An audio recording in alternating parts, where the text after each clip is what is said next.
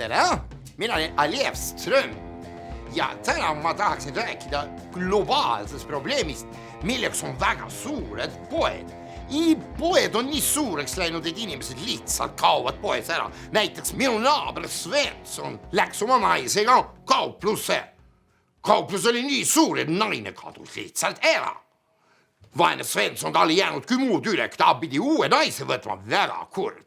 Aga uudis on see, et sellest tekkis mul väike idee teha poodide kett ja mitte tavalised poodide kett, vaid pood personaalne ühe inimese pood ja selle keti nimi on Alevi pood, mis oleks kõige põnevamad asjad, mis praegult on eriti populaarsed Alevi poes.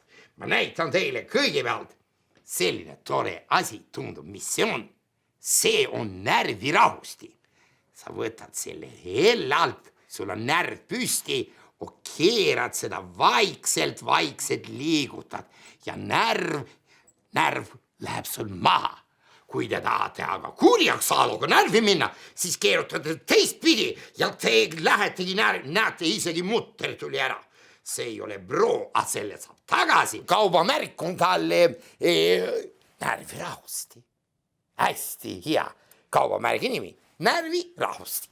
Nüüd üks väga hea asi, see on küllaltki uus.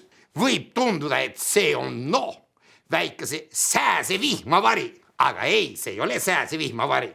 See on hoopis munahoidja. Kui muna on keedetud ja ta on peekris, siis te asetate munahoidja peale, ta säilib kaua soojana. See ei ole müts, see on munahoidja. Patenteerid munahoidja. Ja nüüd lõpetuseks ma tahan näidata teile ühte väga head toodet. Tundub täitsa tavaline kinnas. Kaubamärk on Must kinnas. Ja toodab ka firma Must kinnas.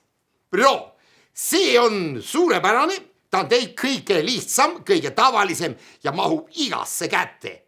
Kõigile kõlbab, kuid ärge ajage segi teise kaubamärgiga, milleks on valge kinnas.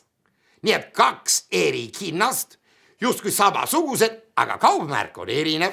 Valge kinnas, must kinnas. See sobib nii talvel kui ka suvel. Selleks korraks kõik, külastage Alevi poodi. Siit leiad kaubamärki ja muud särki-värki. Heidu! Kas tahad, et sinu kaup Alevi poes silma paistaks? Siis tähista see silmapaistva kaubamärgiga.